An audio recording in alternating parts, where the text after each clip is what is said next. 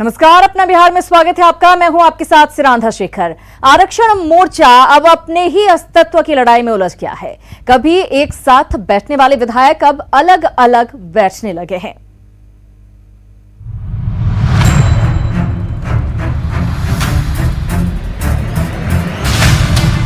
सियासत में नेता बैठक और मुलाकात अपने राजनीतिक फायदे के हिसाब से तय करते हैं, चाहे मुद्दा कोई भी हो और मौका कोई भी हो। अब आज की दो बैठकों को ले लीजिए। दोनों बैठक दलित विधायकों की थी। एक बैठक जीतन राम मांझी के आवास पर हुई, जिसमें आरजेडी के विधायकों को छोड़कर कई दलों के दलित विधायक पहुंचे। वहीं दूसरी बैठक राबड़ी आवास पर तेजस्वी यादव के साथ हुई, जिसमें आरजेडी के विधायक पहुंचे। बड़ी बात यह है कि इन सभी विधायकों को एक ही जगह पहुंचना था, लेकिन पहुंचे अलग अलग जगहों पर। हालांकि जब सवाल उठे तो मोर्चा के नेता श्याम रजक सफाई देने लगे। आरजेडी के विधायक लोग अब दो बैठे हुए थे और लोगों ने भी अपनी सूचना दी थी।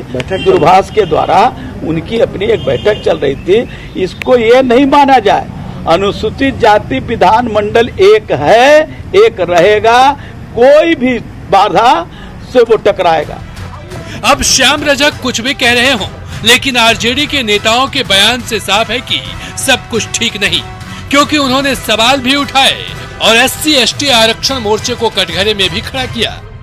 और ये इनकी जो लड़ाई है, राजद इनकी लड़ाई के साथ है। ये विधायक जो हमारा समूह है, अपने समूह को जो प्रतिनिधित्व करते हैं विधानसभा के भीतर इस बिहार राज्य में, उसको कैसे इनके अधिकार की लड़ाई को ताकत मिले, इसकी चर्चा भी तेजस्वी जी ने की। तो दोनों सरकार आप चला रहे हैं और आंदोलन सरकार के खिलाफ, ये वो नहीं लड़ सकते। ये अगर सही माने में अगर इसका आंदोलन का अगर लड़ाई कोई अगर लड़ेगा तो वो जो है कि राष्ट्रीय जनता दल लड़ेगा। हम लोग जो जीतन राम मांझी जी का मामला नहीं है, ये मामला कहने का मतलब ये कि शिवचंदा राम का मामला नहीं है, ये मामला पूरे देश का मामला है। चुनावी साल है और इस वक्त सब कुछ सियासी लाभ के हिसाब से ही तय होंगे। ऐसे में आरजेडी का मोर्चा से किनारा कर सियासत की नई परिभाषा बताने के लिए काफी है।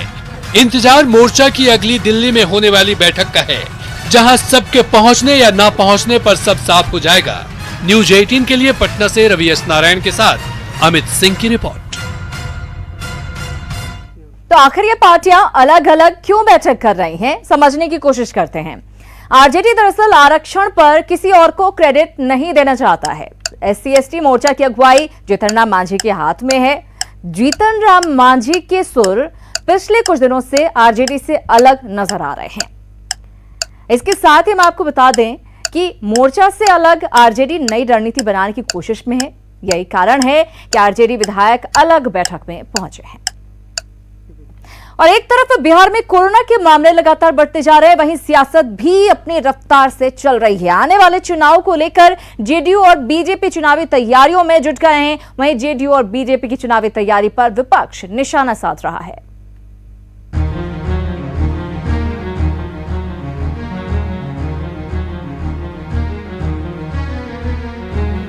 कोरोना संकट के बीच अब बिहार में चुनावी तैयारी की शुरुआत हो गई है। बयानबाजी के बीच अब नेता रणनीति बनाने में भी जुट गए हैं। सत्ताधारी दल जेडीयू भी चुनावी तैयारी में है। बुधवार को सीएम नीतीश कुमार ने इसी कड़ी में जेडीयू के शीर्ष नेताओं के साथ बैठक की। बैठक में सांसद ललन सिंह, आरसीपी सिंह, मंत्री अशोक चौधरी और संजय झा मौजूद रहे। देर शाम तक घंटों की बैठक में चुनावी रणनीति बनी।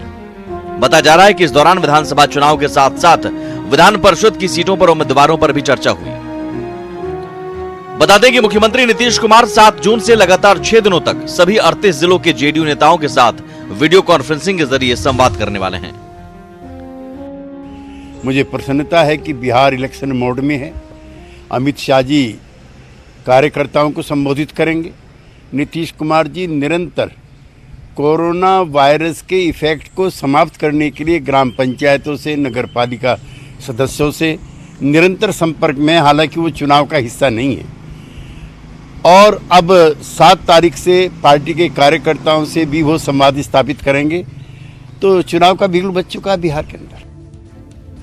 वहीं जेडीयू के साथ बीजेपी भी चुनावी तैयारियों में जुट गई है। 7 जून को बिहार में अमित शाह वर्चुअल रैली के जरिए विधानसभा चुनाव के प्रचार का शंखनाद करेंगे। अमित शाह की रैली को लेकर बीजेपी काफी उत्साहित है। हालांकि तेजस्वी यादव ने लोगों से 7 जून को रैली के विरोध में थाली पीटने की अपील की है। वो उनसे अनुरोध करेंगे कि कृपया कर पूरे बिहार में वो लोग थाली पीटें, जिससे सबों को पता चल सके कि बिहार में अमित शाह जी कब संबोधन कर रहे हैं। सभी को याद दिलाने के लिए माननीय तेजस्वी जी थाली पीट रहे हैं, तो मैं उनको बहुत बहुत आभार व्यक्त करता हूं।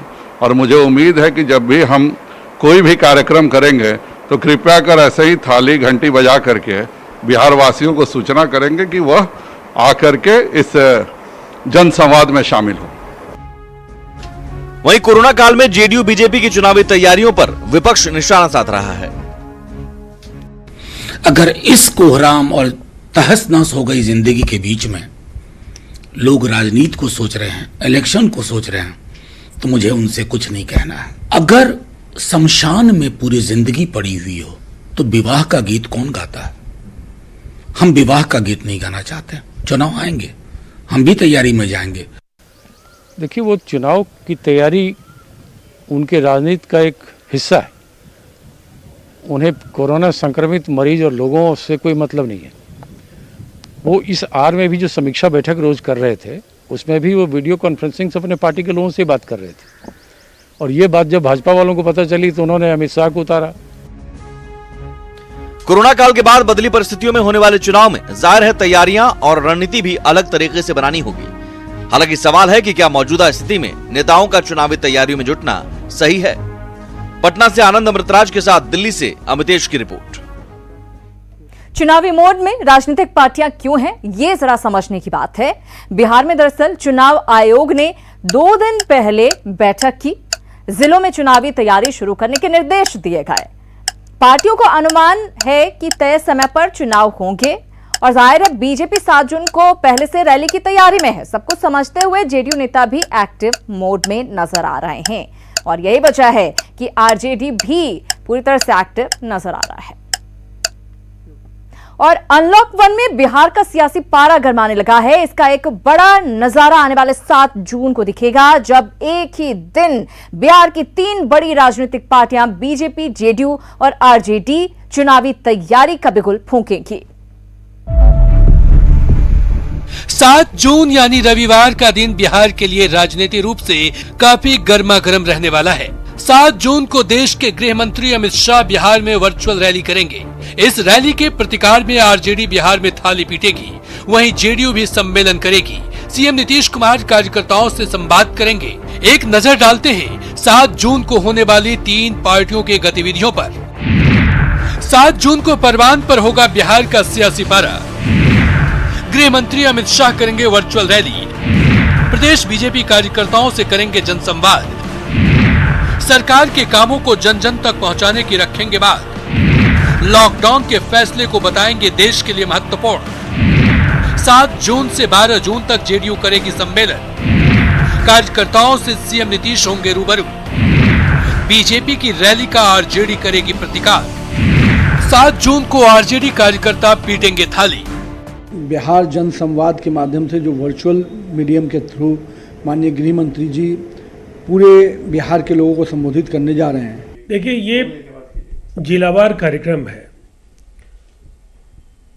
7 तारीख से 12 तारीख के बीच हर दिन 5-5, 6-6 जिलों से उनकी बातचीत होगी। स्वाभाविक तौर पर राष्ट्रीय जनता दल उन दिन 7 तारीख को हम गरीब मजदूर अधिकार दिवस के रूप में मनाएंगे और घर बैठे लोग जहां जहां रहेंगे कटोरी, थाली, तसला, जिनके तसले में नहीं चढ़ते हैं चूल्हे पर, वो तसला, थाली, कटोरी लोग बजा करके प्रतिकार करेंगे। इन बयानवीरों के बयान से स्पष्ट है कि बिहार में कुछ महीनों बाद चुनावी रणभेड़ी बजने वाली है।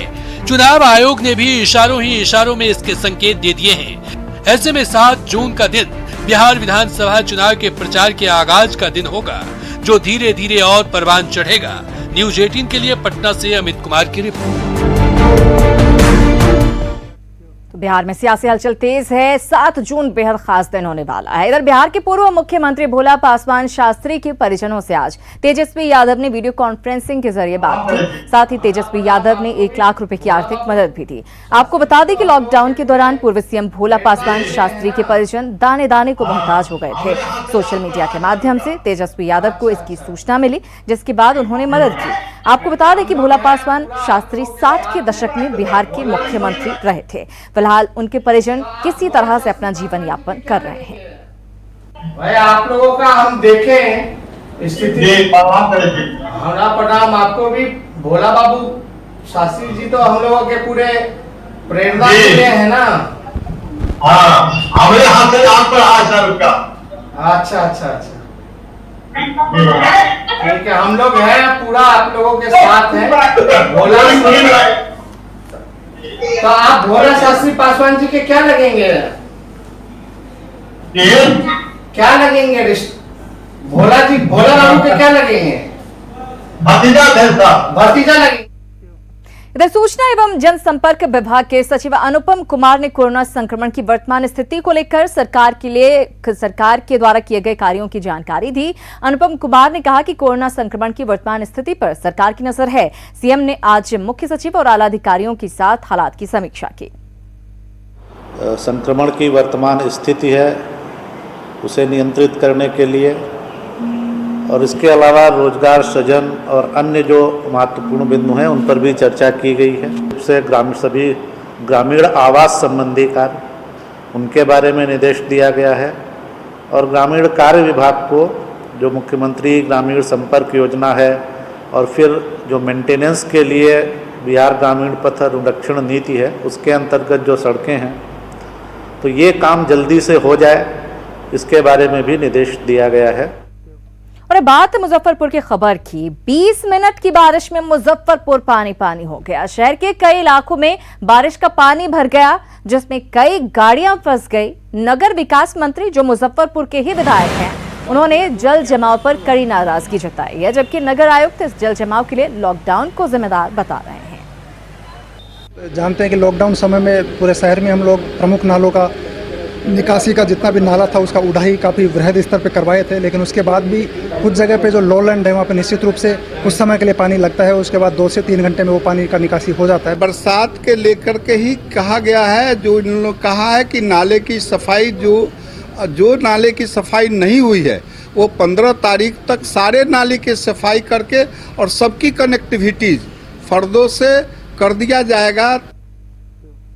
और कई दिनों से उमस भरी गर्मी के बीच अचानक हुई तेज झमाझम बारिश से न सिर्फ मौसम सुहाना हुआ बल्कि भीषण गर्मी से लोगों को थोड़ी राहत भी मिली है। लेकिन महज घंटे भर से कम समय की बरसात ने दरभंगा नगर निगम की पोल खोल कर रख दी। शहर के कई गली मोहल्ले की सड़कों से लेकर बाजार की सड़कों पर भारी जलजमाव देखने को मिला। कई जगहों पर तो घुटनों भर से ज्यादा पानी लग जाने की वजह से लोगों को आने जाने में खासी परेशानियों का सामना करना पड़ा। बात बांका की खबर की। बांका के एक जन वितरण प्रणाली की दुकान में बड़ी धांधली सामने आई है। कार्डधारी के मरने के कई सालों बाद तक उनके नाम से राशन उठाया जा रहा है। मृतक के परिजनों की शिकायत के बाद भी कोई सुनवाई नहीं हो रही है। बांका के बौंसी इलाके में स्थित एक जन वितरण प्रणाली दुकान में पिछले कई सालों से धांधली हो रही है। साल 2015 में मर चुके व्यक्ति के नाम पर जन वितरण प्रणाली दुकानदार अनाज उठा रहा है। तस्वीर में दिख रहे ये है विनोद यादव। इनके पिता का देहांत साल 2015 में हो चुका है, जबकि इनकी माता का निधन साल 2018 में हुई थी। लेकिन जन वितरण प्रणाली दुकान में इनके नाम से अनाज अभी भी उठ रहा है। ऐसी शिकायत सिर्फ विनोद यादव की नहीं है बल्कि कई लोगों की है।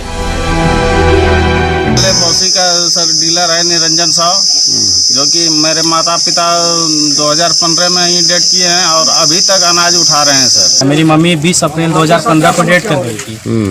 डेट करने के 1 या 2 मंथ तक हमको राशन मिला था, मम्मी का भी। लेकिन जब आज से कुछ दिन पहले जब हम ऑनलाइन चेक किए, ऑनलाइन चेक करवाए तो उसमें मेरी मम्मी का भी राशन लगातार उठ रहा है। जन वितरण प्रणाली दुकान में हो रही धांधली के खिलाफ इन लोगों ने कई जगह शिकायत भी की, लेकिन कोई सुनवाई नहीं हुई। इन लोगों का आसरा बना न्यूज 18 बिहार झारखंड। न्यूज 18 की टीम ने इसकी शिकायत बांका के एसडीएम के सामने रखी। उन्होंने स्वीकार किया कि कई जगहों से ऐसी शिकायत मिली है। मामले का जांच किया जा रहा है। दोषी पाए जाने पर सख्त कार्रवाई होगी। ने भी जब मामला संज्ञान में आया तो देखने की कोशिश की है और ऐसा प्रतीत होता है कि उसके द्वारा ये ऐसा किया गया है। तो विशेष इसकी जांच कराई जाएगी और जांच में यदि ये सत्य पाया जाएगा तो उनके विरुद्ध कड़ी से कड़ी कार्रवाई की जाएगी। जन वितरण प्रणाली का मकसद कमजोर वर्ग के लोगों को सस्ते दर पर अनाज मुहैया कराना है ताकि इनके परिवार को भरपेट भोजन मिल सके। लेकिन इन गरीबों के मृतक के नाम पर भी यदि धांधली होगी तो वाकई में ये शर्मनाक है।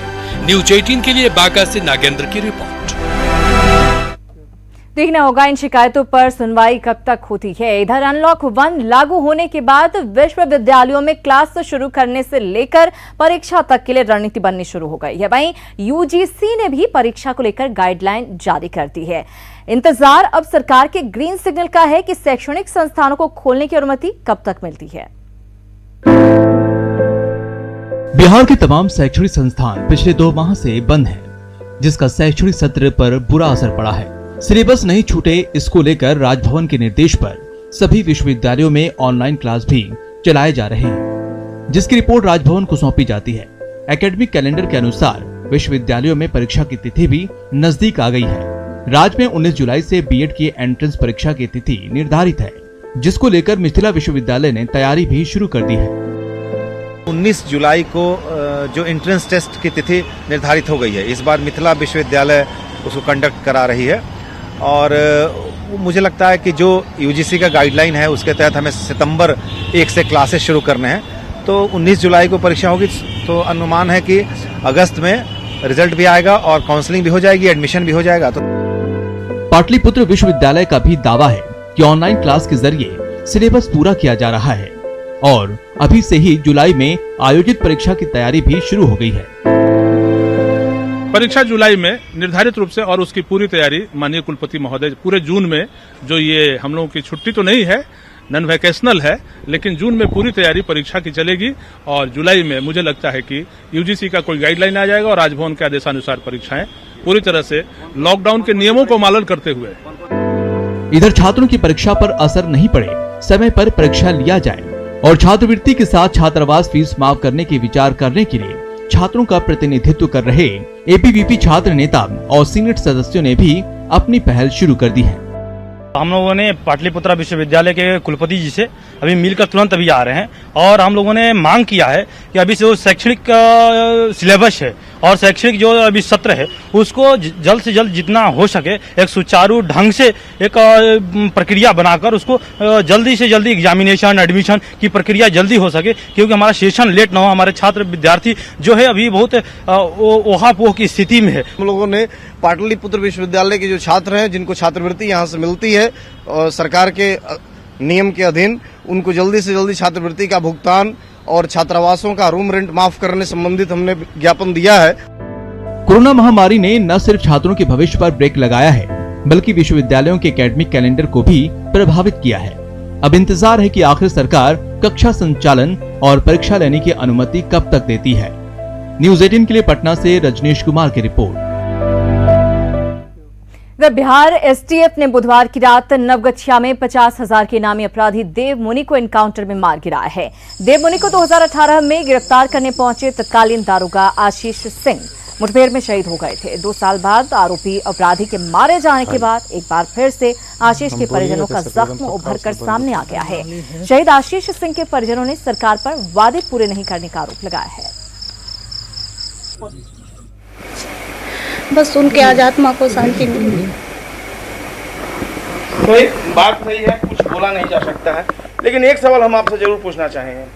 आशीष जी ने जो शहादत दी, 2 साल होने को आ रहे हैं, अब अक्टूबर में 2 साल हो जाएगा। जो वायदा किया गया था सरकार की तरफ से, आपके लिए जो वायदे थे वो पूरे हो पाए सरकार की तरफ से? हम नहीं बता सकते हैं कुछ। जो पुलिसकर्मी आरक्षित से लेके आईपीएस होते हैं, आज कभी भी किसी मुठभेड़ के लिए जाते हैं, उनमें मन में एक ही संकोच होता है कि अगर जाते हैं अपनी वीरता के साथ, अगर कहीं हमारे साथ घटना दुर्घटना हो जाएगी, हमारे परिवार को कौन देखेगा। ये सरकार का कर्तव्य बनता है, भारत सरकार की गृह मंत्रालय हो या स्टेट गवर्नमेंट हो, होना चाहिए व्यवस्था। और इसी के साथ इस बुलेटिन में फिलहाल इतना ही, लेकिन न्यूज 18 बिहार झारखंड पर खबरों का सिलसिला लगातार